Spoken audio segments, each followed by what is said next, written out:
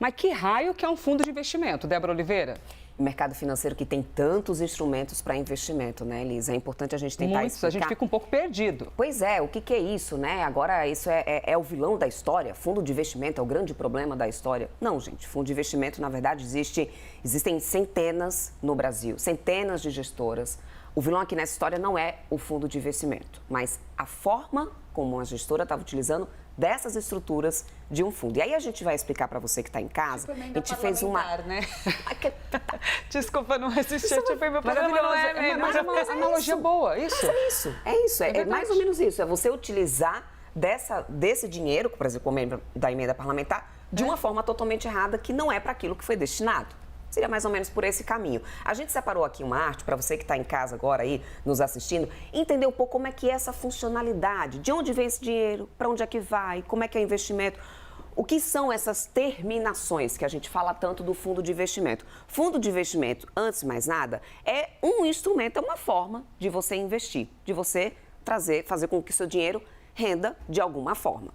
Aí vamos supor que você em casa, que está nos assistindo, você tem um dinheiro e você quer fazer um investimento. Só que você não conhece muito bem, né, de todos os rendimentos, como é que posso render melhor, onde é que eu poderia colocar o meu dinheiro para poder fazer isso.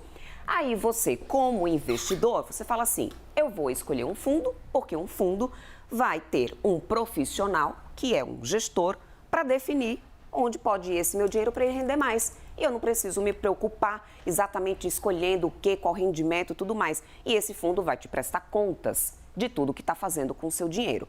Essa é uma forma básica. Então, quando você tem um dinheiro e você quer investir no fundo, você se torna aqui um cotista. Você que é um investidor se torna um cotista desse fundo. Por que é uma cota? Sabe uma estrutura mais ou menos de condomínio? Quando você mora no condomínio, você paga uma cota para o condomínio, né, para esse condomínio, no final das contas, numa conta aí do seu apartamento e tudo mais, e tem uma pessoa que é responsável por administrar esse dinheiro do condomínio. Seria mais ou menos por esse caminho. Você é investidor, tem o seu dinheiro, coloca nesse fundo, você vai pagar uma cota, seja mensal, anual, enfim, para que essa gestora tome conta do seu dinheiro. Quem que seria a gestora nessa história? A REAG. Por que ela seria gestora? Ela tem vários fundos que ela toma conta, que ela administra, que ela pega o dinheiro dos investidores e ela toma conta e define para onde esse dinheiro vai. Quem define para onde esse dinheiro vai? O gestor do fundo. Que, teoricamente, quem é esse gestor do fundo? É um profissional do mercado que tem capacidade, formação, experiência, expertise para dizer, olha, eu vou pegar o seu dinheiro do investidor e vou colocar em ações. Eu vou colocar em títulos, em imóveis. Existem fundos que são baseados somente em imóveis. E aí, de acordo com o rendimento do aluguel daquele imóvel, ele divide o lucro desse fundo para aqueles cotistas, de acordo com a fatia que você tem. Ah, Débora, mas é gente milionária que faz isso, que investe. Não, a gente está falando aqui de pessoas físicas, pessoas que podem ter R$500 investido e pode ter R$300 mil investidos. Então, cada fundo tem, tipo assim, um número base de início, sei lá, seja a partir de R$1.000 você pode entrar num fundo, ou esse aqui a partir de 100 mil. Tem cotas até bem mais baratas do que isso, Elisa. Tem diversas. Então, assim, hoje, essa estrutura de investimento de um fundo é acessível para qualquer pessoa física. Desde que você tenha um dinheiro, você queira ali colocar para investir. E a vantagem nessa história é você ter justamente a segurança de ter um gestor, uma pessoa capacitada para gerir esse fundo.